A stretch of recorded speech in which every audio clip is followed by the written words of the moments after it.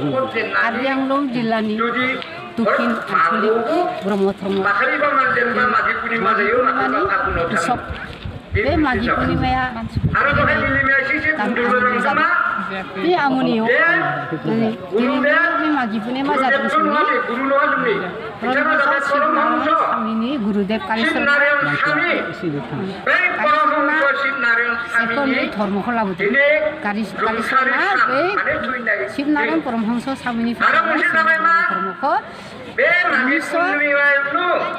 1908 लाबोदों बिनि गुरु शिवनारायण परमहंस स्वामीनि दिनै थैनाय सान जिल्ला मोनफ्रोमबो जिल्लायाव माने बेखौ माने मोसौखौ थैनाय जादों बेबायदिनो बेयाव आं मोजां मोनदों मानोना बोसोराव जिबायदि जादोंमोन बेबायदि जायाखैमोन बेयाव बहुत मानसि माघी पूर्णिमा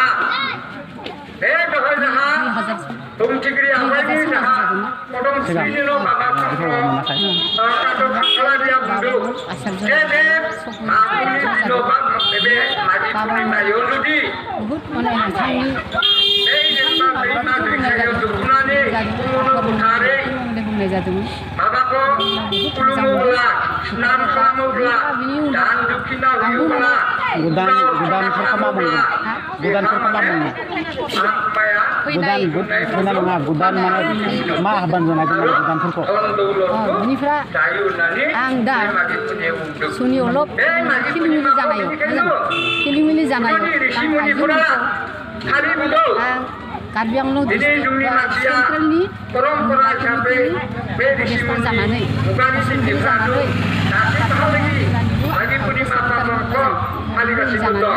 माने आइमोनखौ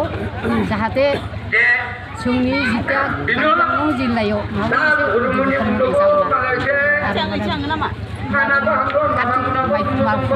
आफा जाब्ला जाहाथे बेयाव थाङो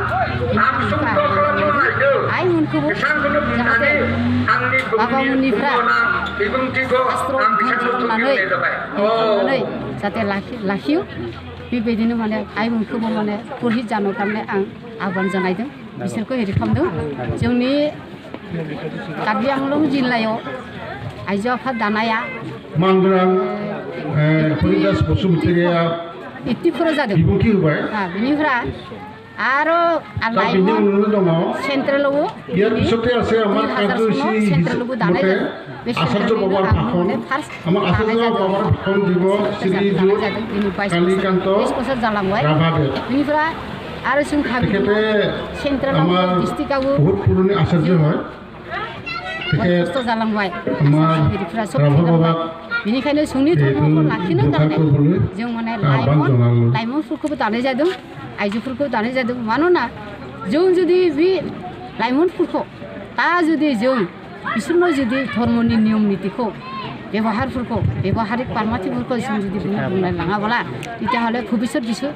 माने मिथिं नङा बेनिखायनो जों लाइमोनखौबो दानाय जादों आइजोखौबो दानाय जादों आइजो नङाब्ला माने पृथिबियानो अन्ध मोजां आइजो नङाब्ला धर्मआबो सोंखांनो हाया आइजोफोरखौ बांसिन माने नित्यक्रियाखौ खालामबाय थायो न'आव पारमाथिखौ खालामबाय थायो गतिके आं बेनिखायनो बिसोरनि माबाखौ बुङो आरो सहयोग खालामनो हेल्प खालामनो फैदों दा थारमाने आइमोनखौबो जों आगान खालामबाय जाहाथे बयबो माने शास्त्र अध्ययन खालामनानै पुरहित जा आरो जोंहाखौ माने बाबामोननिफ्राय आचार्य माबाफोरनिफ्राय माने हेरनानै ला होननानै आं बिसोरखौ माने होबाय आगान खालामदों दा जोंनि मिटिङाबो जोब्बाय खुलुमबाय बोसोरफ्रोमबो फालिबोबाय थानाय बायदिनो दिनै जोंनि बे कार्बि आंलंनि आउराघाट ओनसोलनि आमनि गामिनि जय्ग मन्दिराव लांनायाव 27थि माघी पुर्णिमा फोरबोनि सानथाम हाबाफारि लानानै फालिदों बे सानथाम हाबाफारियाव जोंनिया दिनै गेवलां मेल जालांबाय दा बे सानथाम हाबाफारियाव जों जाबादि हाबाफारि लादों जोबोद मोजाङैनो जों सामलायलांनो हादों आरो जाबादि जों आसा खालामदों जोंनि रायजो राजाखौ बिथांमोना लैहोर लैहोर फैनानै गुबुन बोसोरनिख्रुइ बांद्राय बाहागो लाफैदों बे सानथाम हाबाफारियाव जोंहा दङमोन आयदा सायख'नाय आफाद आरो बिनिफ्राय मांगलिक यज्ञ आरो अखा नायनानै जोंनिया 24 अक्ट'खालि अखा कीर्तन गामि गिदिंनानै कीर्तन रोजाबदों आरो बिनि उनावनो सान ओंखारनाय लोगो लोगोनो 6:10 जानाय लोगो लोगोनो जों खन्द' गैयै अखन्द जैग'जों अखन्द जैग'खौ होनाय जादों बे अखन्द जैग'खौ जोंनिनो आचार्य बाबा लखीन्द्र ब्रह्म बिथाङा बे अखन्द जैग'खौ जोंनो आहुति सावनानै होनाय जादों आरो बिनि उनावनो गासै रायजो राजा बिथांमोना जोंनि बे 11 गामिनि सुबुंफ्रा ब्रह्म धोरोम सिबिसुला रायजो राजा बिथांमोना फैनानै लैहोर लैहोर फैनानै जोंखौ मेहेर गोनां खालामनानै जोंनि बे सानथामनि हाबाफारिखौ जों मोजाङैनो बारलांनो हाबाय ओंखायनो गासै रायजो राजानिसिमबो जों साबायखर बावबाय आरो जोंनि बे धोरोमखौ इयुनावबो आरो जों बिदिनो लांबाय थागोन होननानै फैगोन बोसोराव जोंनि बे माइगि दुर्गा फोरबोखौ कदमपुर गामियाव जों फालिनो थिरां खालामबाय आरो गनायथि होबाय आरो बे गनायथि बायदियैनो जों फैनाय बोसोराव कदमपुराव फालिनाय लानाय जागोन क'क्राझार सहरनि साखाथि थिथागुरियाव थानाय मानास पाब्लिक स्कुला 2024-25 सोलोंथाइ बोसोरनि गोदान मुं थिसननाया सोलिगासिनो। थिथागुरियाव थानाय इंराजि बिजोंनि मानास पाब्लिक स्कुलाव दासान्दि नार्सारिनिफ्राय 8 थाखोसिम गोदानै मुं थिसननाया सोलिगासिनो। बे फरायसालियाव गुनगोनां सोलोंथाइ होनायजों लोगोसे फरायसाफोरनि थाखाय दं मोजां खाबुफोर। थाखो फोरोंथायनि अनगायैबो yoga classes, basic computer education, English speaking skill, maths and science projecting, highly experience faculty आरो स्मार्ट क्लासेसनि खाबुफोर दं।